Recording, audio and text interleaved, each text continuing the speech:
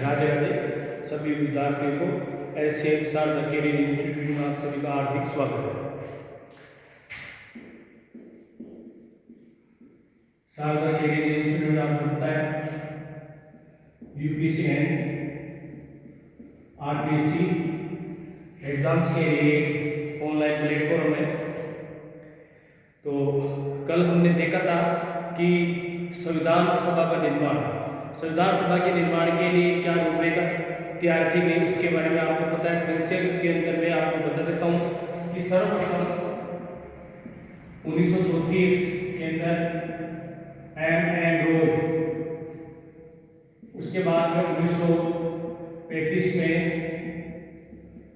कांग्रेस, उसके बाद में 1938 के अंदर वयस्क मताधिकार द्वारा, इसके बाद में 1940 के अंदर स्वीकार सैद्धांतिक तौर पर, उसके बाद में 1940 के अंदर 42 के अंदर क्रिप्स मिशन, ये 40 वाला अगस्त मिशन है, अगस्त मिशन के नाम से जाना जाता है, अगस्त मिशन या प्रस्ताव।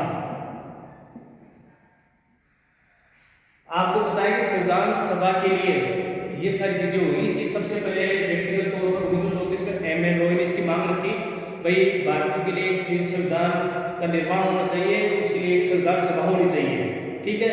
उसके बाद में 1935 के अंदर अखिल भारतीय राष्ट्रीय कांग्रेस ने इसकी मांग रखी कि भारत संविधान निर्माण के लिए एक संविधान सभा होनी चाहिए, ठीक है। उसके बाद में 1938 के अंदर वयस्क मताधिकार के द्वारा पंडित जवाहरलाल नेहरू ने मांग रखी कि वयस्क मताधिकार के द्वारा संविधान का निर्माण होना चाहिए, यानी संविधान सभा का निर्माण होना चाहिए। इसके बाद में ब्रिटिश सरकार ने 1940 के अंदर एक अगस्त प्रस्ताव रखा। उस अगस्त प्रस्ताव को कांग्रेस ने स्वीकार कर लिया। किसने स्वीकार किया था? कांग्रेस ने। और कांग्रेस ने किसने किया था? वर्धा सम्मेलन में। कांग्रेस का वर्धा सम्मेलन हुआ था, वहां पर कांग्रेस ने इसको स्वीकार कर दिया था। स्वीकार क्यों किया था? क्योंकि उसके अंदर ऐसी मतलब ड्यू एंड डिले वाला प्रोसेस था कि बाद में द्वितीय विश्व युद्ध के बाद में हम आपके इसमें विचार करेंगे। दूसरी चीज, अभी आपको हमारे द्वितीय विश्व युद्ध के अंदर हमारी सरकार का समर्थन करना चाहिए, यहाँ के नौजवानों को सेना में भर्ती होने के लिए प्रेरित करना चाहिए, उसके लिए कांग्रेस ने उसको सिरे से खाई चल दिया। उसके बाद में 1942 के अंदर क्रिप्स मिशन, जो साइबर बोर्ड था, आपको पता है, जो कैबिनेट मिशन में भी बाद में भारत में आते हैं, उसके वो आते हैं और उसकी रूपरेखा रखते हैं, उसको मुस्लिम लीग ने स्वीकार कर दिया। मुस्लिम लीग की ये मांग थी कि भारत का संविधान सभा या संविधान जो भी हो, पहले उसका 2 बंटवारा होना चाहिए, उसके बाद में इसकी वो रखनी चाहिए, परंतु उसको अस्वीकार कर दिया। उसके बाद में 1946 में जो सबसे इम्पोर्टेंट है, आपको पता है, 1946 में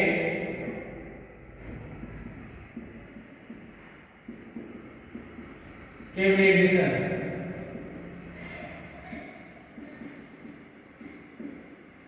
भारत आता है, ठीक है। 1946 में कैबिनेट मिशन भारत आता है और कैबिनेट मिशन के द्वारा, यानी कि उसके प्रस्ताव के द्वारा ही संविधान सभा के आगे की रूपरेखा तैयार की जाती है। वो क्या थी रूपरेखा? संविधान सभा की क्या रूपरेखा थी? मैंने कल आपको बताया था कि सबसे पहले अगर किसी समिति का हम निर्माण करते हैं, आमतौर पर हमने लोकल तौर पर किसी समिति का निर्माण किया, तो उसमें यह देखा जाता है कि इसमें कितने सदस्य होंगे। भाई सदस्य हमने छोटी सदस्य बनाई तो उसमें 50 सदस्य होंगे, 20 होंगे, 30 होंगे, 40 होंगे, 50 होंगे, जो भी है। उसी प्रकार से इसने कैबिनेट प्रस्ताव में कैबिनेट मिशन योजना के तहत भारत में संविधान सभा में 389 सदस्य होंगे।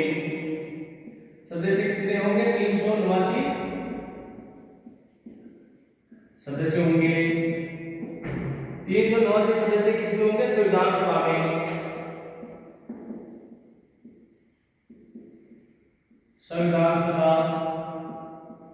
संविधान सभा में कितने सदस्य होने चाहिए, उन्होंने ये तो बता दिया कि कुल 389 सदस्य होंगे। पर वो 389 सदस्य कैसे होंगे वो भी देखो, इन्होंने क्या उसमें प्रारूप बनाया था कि 296 सदस्य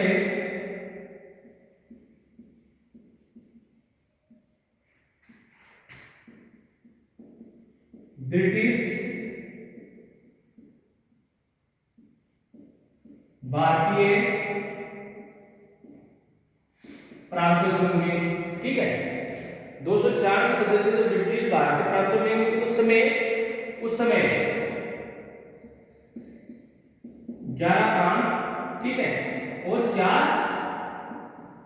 आयुक्त थे। इसमें से कितने सदस्य होंगे, 296 सदस्य होंगे।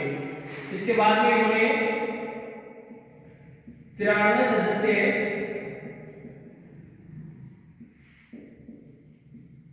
देशी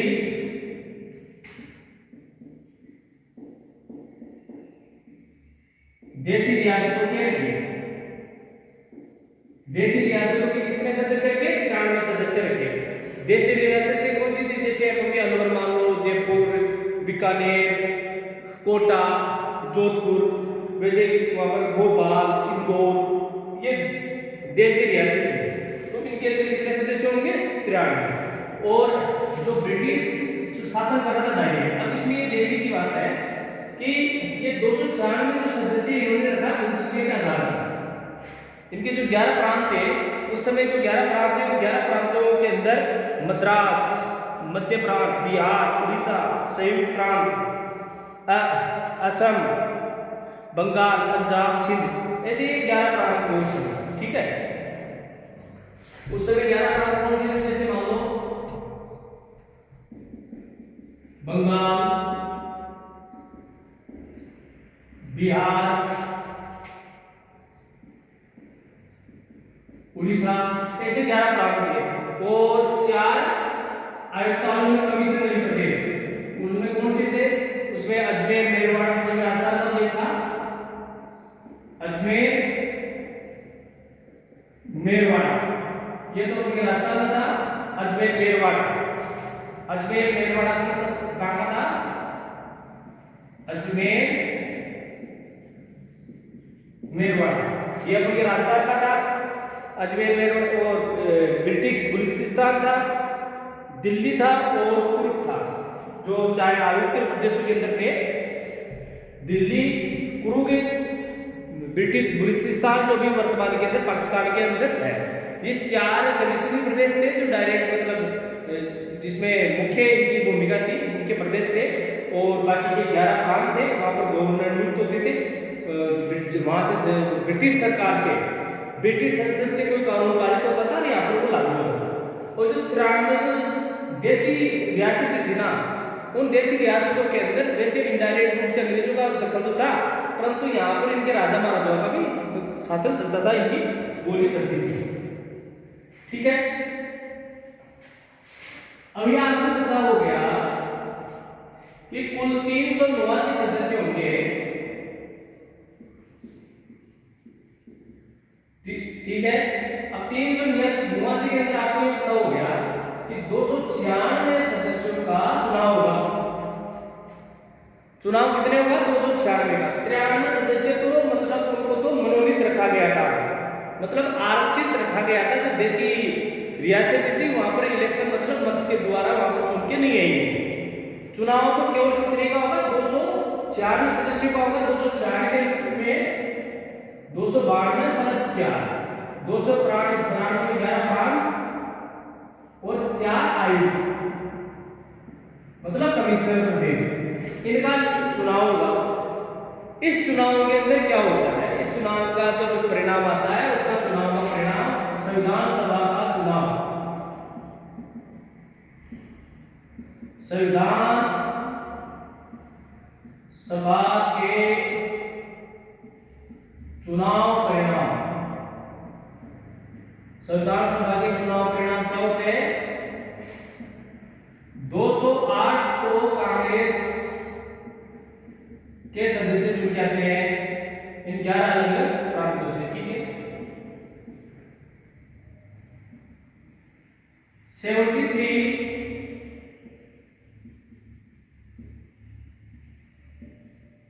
मुस्लिम लीग के सदस्य आते हैं 7 छोटे दल और 8 अन्य स्वतंत्र कैंडिडेट, अन्य व्यक्ति। ये टोटल कितने हो गए? ये हो गए टोटल आपके 296। ये सदस्य हो गए, इतने सदस्य चुन के आ गए। ठीक है, इतने सदस्य आके इसमें चुन के आ गए। अब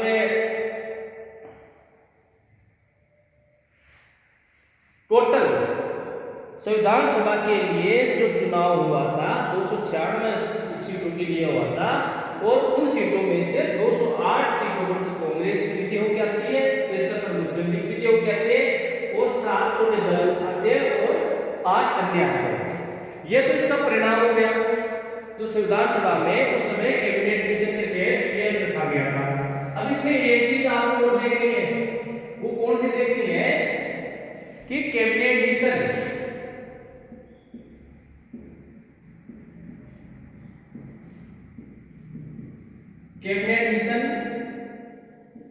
के तहत संविधान सभा में कितने सदस्य थे?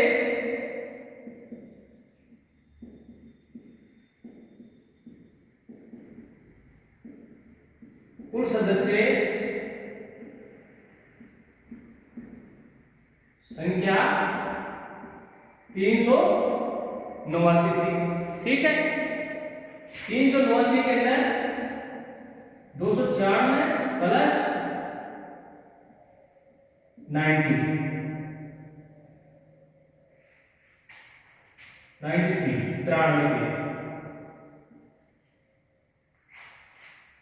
93 देशी रियासतों के सदस्य थे। अभी आपको बताया था भाई 93 देशी रियासतों के सदस्य थे। ठीक है, अब इसमें बाद में चल के जब भारत स्वतंत्रता अधिनियम के तहत माउंटबेटन ने विभाजन की योजना रख देता है।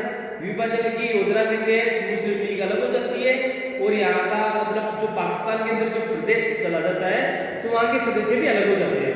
उसके बाद में यहाँ पर हमारे पास कुल सदस्य रह जाते हैं। उसके बाद में हमारे पास सदस्यों की कमी हो जाती है।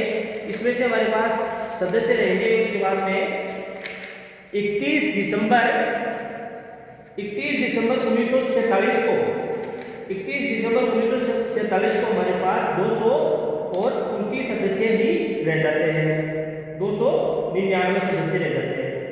ठीक है, 31 दिसंबर 1947 बाद में कितने सदस्य रह जाते हैं?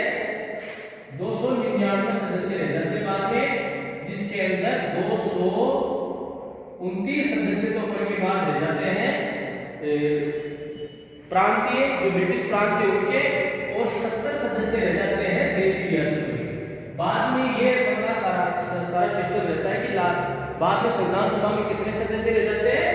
299 सदस्य रह जाते हैं।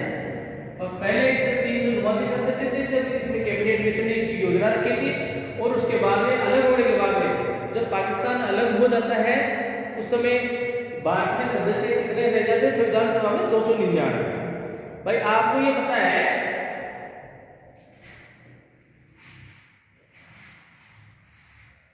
संविधान सभा की हमने पहले 1934 से मांग रख दी, 1934 से संविधान सभा की मांग रखी, और बीच के अंदर आपको पता है मुस्लिम लीग विरोध कर रहा था। मुस्लिम लीग अलग राष्ट्र की मांग उसकी तेज होती जा रही थी, अलग राष्ट्र की मांग तेज होती जा रही थी। उसकी मांग को कहां आयाम मिला? 1946 में कैबिनेट मिशन योजना के तहत 2 राष्ट्रों के सिद्धांत को स्वीकृति मिल गई।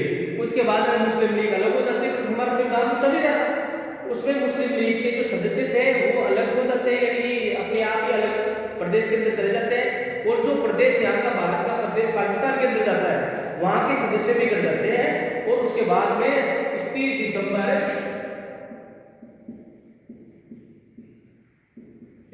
दिसंबर 1947 को सदस्य संख्या कितनी रह जाती है मेरे पास? सदस्य संख्या 299 रह जाती है। अब 299 का डिवाइडेशन कैसे करोगे आप? 229 को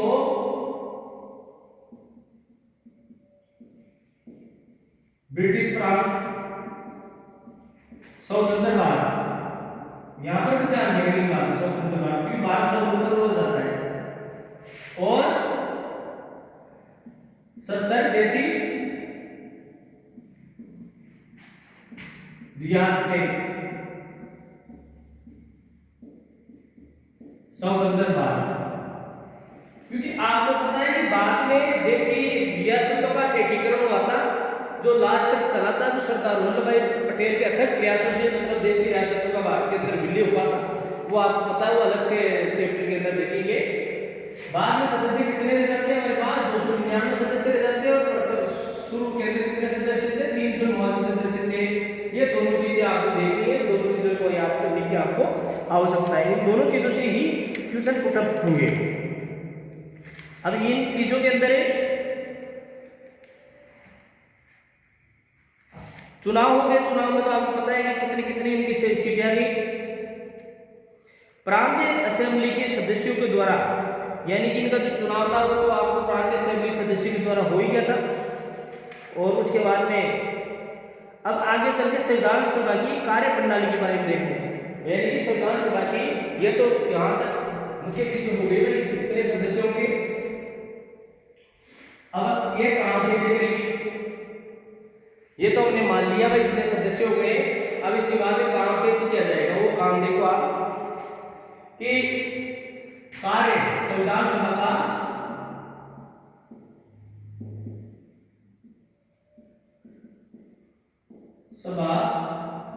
का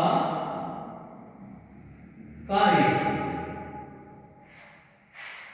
हमने संविधान सभा का निर्माण कर लिया, यानी कि आमतौर पर किसी समिति का हमने निर्माण कर लिया। किसी भी समिति का निर्माण किया जाता है किसी कार्य उद्देश्य के लिए किया जाता है, और यहाँ पर संविधान सभा का जो कार्य उद्देश्य क्या था? संविधान का निर्माण करना। दो काम दिए गए थे। एक तो जैसे भारत स्वतंत्र हो जाता है, उसके साथ इसको एक भारत के लिए कानून बनाना था, काम इसका था। संविधान बनाने का एक काम था। दोनों काम थे, दोनों काम साथ साथ करना था इसको। जो आईपीसी की आपको पता है धाराएं एक्ट वाली वो चलती है, वो भी साथ के साथ ही संविधान सभा को भी बनाना था, और दूसरी चीज यहाँ के संविधान का निर्माण भी संविधान सभा को भी करना था। इसका मुख्य काम क्या था? संविधान का निर्माण करना और भारत के लिए कानून बनाना। ये दो काम थे। संविधान सभा का कार्य क्या था? संविधान का निर्माण करना, ठीक है, और दूसरा भारत के लोगों के लिए कानून बनाना। ये दोनों काम थे। संविधान सभा का क्या काम था? संविधान का निर्माण करना और भारत के लिए कानून बनाना। ये किसके काम थे? भारत की संविधान सभा के काम था, ठीक है। अब इसके बाद में इसके अध्यक्ष कौन होता है? भाई सदस्य तो हो गए सारे के सारे, पर इसमें अध्यक्ष, उपाध्यक्ष, कौन कौन सी समितियां थी, उन सबको भी देखना जरूरी है। कि ये चीजें तो हो गई। इसमें कानून बनाने के लिए तो आपको पता है कि संविधान सभा ने कानून का निर्माण होना था, तो वो तो होता ही एक दिन, ठीक है। संविधान सभा के कार्य के बारे में भी आपको पता है कि संविधान सभा के कार्य, ये संविधान सभा के कार्य थे। संविधान सभा की कुल पहली बैठक, संविधान सभा की जो प्रथम बैठक होती है, पहला जो सत्र होता है संविधान सभा की प्रथम बैठक,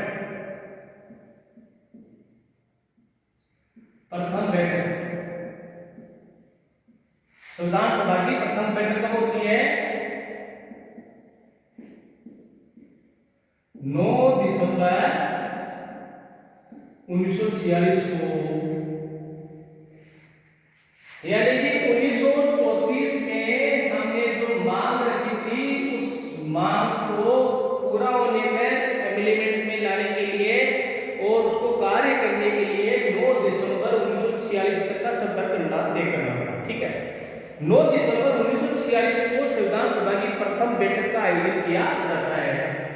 कौन सी बैठक का आयोजन किया जाता है? प्रथम बैठक का आयोजन किया जाता है 9 दिसंबर 1946 को। ठीक है, इस बैठक के अंदर कुल मिला के कितनी बैठकें होती है, कितने सत्र होते हैं? बैठक मान लो या सत्र मान लो भाई, अलग अलग सत्र होगा ना, उसके अंदर ये कोई भी समिति बनती है, यानी कि मीटिंग मान लो। आमतौर पर ये कह सकते हैं कि साहब आज हमने मीटिंग बुलाई है, तो उस मीटिंग का उद्देश्य क्या होता है भाई? कितनी उस काम को करने के लिए हमने कितनी मीटिंगें बुलाई, कितने सत्र बुलाए, कितनी बैठकें बुलाई? तो कुल मिला के 11 सत्र, कुल 70। कितने सत्र संपन्न हुए? कुल 11 सत्र। कुल कितनी बैठकें हुई? 11 सत्र या बैठकें हुई। प्रथम जो बैठक हुई थी, उस प्रथम बैठक के अंदर देखो क्या होता है, कोई भी सभा होती है या समिति होती है, उसके लिए एक अध्यक्ष का होना आवश्यक होता है।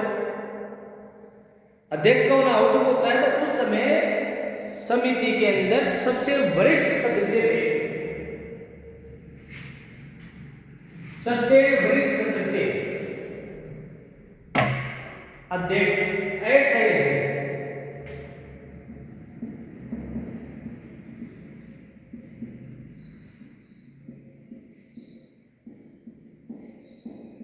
सभा के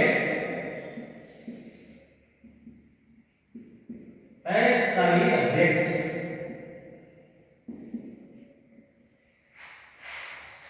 अस्थायी अध्यक्ष कौन थे?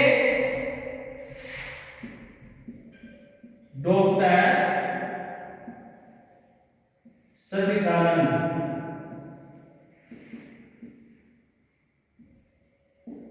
सिन्हा। डॉक्टर सच्चिदानंद क्या थे? समिति में सबसे वरिष्ठ सदस्य थे। समिति में क्या थे? सबसे वरिष्ठ सदस्य थे। समिति में सबसे वरिष्ठ सदस्य को समिति का सबसे पहले अस्थायी सदस्य वो अध्यक्ष चुना गया। ठीक है, यानी कि इसके अंदर आपको पता है कि डॉक्टर राजेंद्र प्रसाद स्थायी सदस्य थे, जो बाद में राष्ट्रपति भी बने। पर उससे पहले डॉक्टर सच्चिदानंद सिन्हा को 9 दिसंबर 1946 को प्रथम बैठक के अंदर अस्थायी अध्यक्ष चुना गया। वो किस आधार पर चुना गया कि सबसे वरिष्ठ है भाई, कायदे के हिसाब से भाई सबसे वरिष्ठ सदस्य है, तो इनको ही हम अध्यक्ष बना देते हैं। तो सबका सबसे पहले अध्यक्ष बनाया गया सच्चिदानंद सिन्हा को, जो अस्थायी अध्यक्ष थे। ठीक है, अस्थायी अध्यक्ष हो गए डॉक्टर सच्चिदानंद सिन्हा। उसके बाद में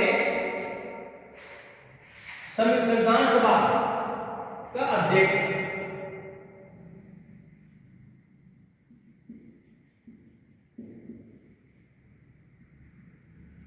संविधान सभा का अध्यक्ष कौन थे? Doctor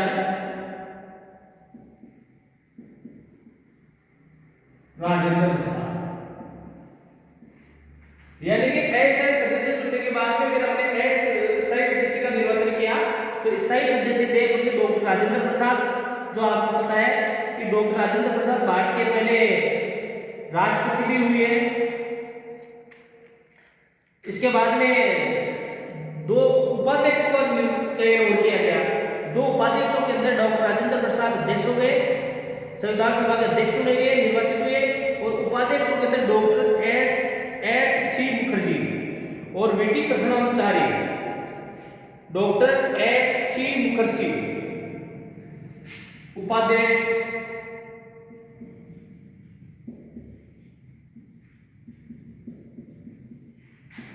H C Mukherjee. ठीक है, उपाध्यक्ष 2 थे, ध्यान देना। उपाध्यक्ष 2 थे, डॉक्टर राजेंद्र प्रसाद अध्यक्ष थे और उपाध्यक्ष एक में एच सी मुखर्जी थे और दूसरे उपाध्यक्ष थे वीटी कृष्णाचार्य। वीटी कृष्णाचारी।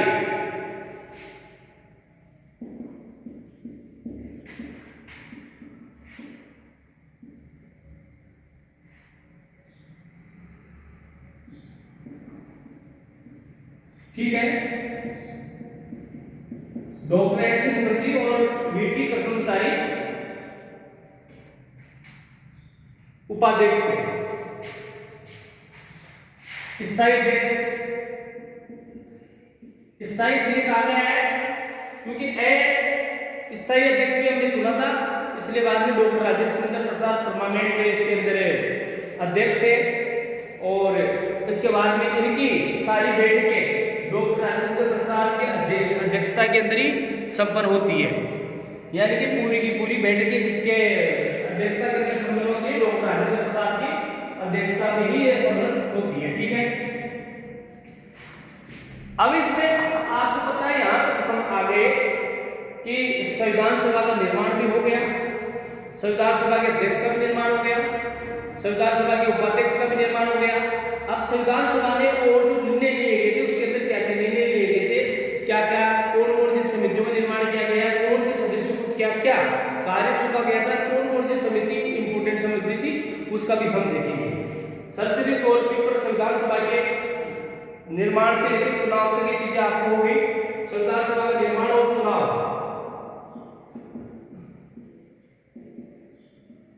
संविधान सभा में 1 मिनट 2 मिनट और देखो, 389 सदस्य थे। ठीक है, 389 के अंदर 296 प्लस 93 ये सदस्य थे हमारे, जिसमें जो परिणाम आया, रिजल्ट क्या आया? 208 कांग्रेस को, 73 मुस्लिम लीग को और 15 अन्य छोटे और अन्य जो दल थे उनके, टोटल कुल मिला के 296 सदस्यों का चुनाव हुआ था। अब एक चीज ध्यान देने की और बात है कि प्रथम बैठक हुई थी, उस प्रथम बैठक के अंदर मुस्लिम लीग ने हिस्सा नहीं लिया था, क्योंकि उसने तो बहिष्कार किया था। बहिष्कार क्यों कर रहा था मुस्लिम लीग? मुस्लिम लीग बहिष्कार इसलिए कर रहा था क्योंकि वो अलग राष्ट्र की मांग चाहता था, अलग राष्ट्र चाहता था। और प्रथम बैठक के अंदर और चुनाव का भी बहिष्कार किया था। आपको एक चीज और बता दूं, जो देशी रियासतें थी, देशी रियासतों ने चुनाव का बहिष्कार किया था, यानी कि उन्होंने अपने सदस्यों को मनोनीत नहीं किया था। इनके कोई डायरेक्ट चुन के नहीं आना था, इनके तो जो प्रमुख हुआ करते थे उन प्रमुख के द्वारा किसी एक सदस्य को चुन के भेजा जाता था संविधान सभा के अंदर, परंतु इन्होंने चुनाव का बहिष्कार किया था। और इसलिए किया था क्योंकि वो स्वयं स्वतंत्र रहना चाहते थे, वो चाहते थे कि अभी किसी नियम कानून की आवश्यकता नहीं है, हमारा अलग से नियम कानून है, हम उसी के तहत आगे चलेंगे और हम उसी के अंदर खुश हैं। तभी तो आपको पता है कि देशी रियासतों का एकीकरण के अंदर सरदार वल्लभ भाई पटेल को काफी मेहनत की थी, काफी क्वेश्चन आया था। ठीक है, ये संविधान सभा के बारे में उनका एक शॉर्ट के अंदर ये चीजें हो गई। रिजल्ट आपको ये पता ही, फिर बाद में जब अगर वो होता है 31 दिसंबर 1947 को संविधान सभा की हमारे पास सदस्य संख्या रह जाती 229 प्लस 70 सदस्य रह जाते। 229 को देशी प्रांतीय स्वतंत्र प्रदेशों की, ब्रिटिश प्रदेशों की और 70 देशी रियासतें जो स्वतंत्र भारत के अंदर थी उनकी सदस्य संख्या रह जाती है। बाद में जैसे स्वतंत्रता अधिनियम 1947 पेश होता है, स्वतंत्रता अधिनियम 1947 पेश होता है, उसके तहत तो देशी रियासतों के सदस्य भी बैठकों में हिस्सा लेने प्रारंभ कर देते हैं। ठीक है, धीरे धीरे करीबन लगभग सभी रियासतों के सदस्य आगे थे, जो नए आए थे बाद में उनको आपको पता है किस प्रकार से सरदार वल्लभ भाई पटेल ने उनका एकीकरण किया था। ये सदस्य संख्या की सदस्य संख्या होगी संविधान सभा की। ठीक है, अब इसके अंदर आपको अध्यक्ष के बारे में पता है, डॉक्टर राजेंद्र प्रसाद इसके शुरू से लेकर अंत तक सभी बैठकों के अध्यक्ष थे। डॉक्टर सत्यनारायण सिन्हा को अस्थायी अध्यक्ष बनाया गया था, मुखर्जी और कृष्णाचारी को उपाध्यक्ष बनाया गया था। ठीक है, ये चीजें भी आपको ध्यान देना की बात है। अब इसमें आगे जो प्रारूप समितियां थी, पहली बैठक में क्या क्या कार्य हुए, किसको क्या क्या हमने अपनाया, ठीक है, वो चीजें हम अगले नेक्स्ट क्लास के अंदर देखेंगे।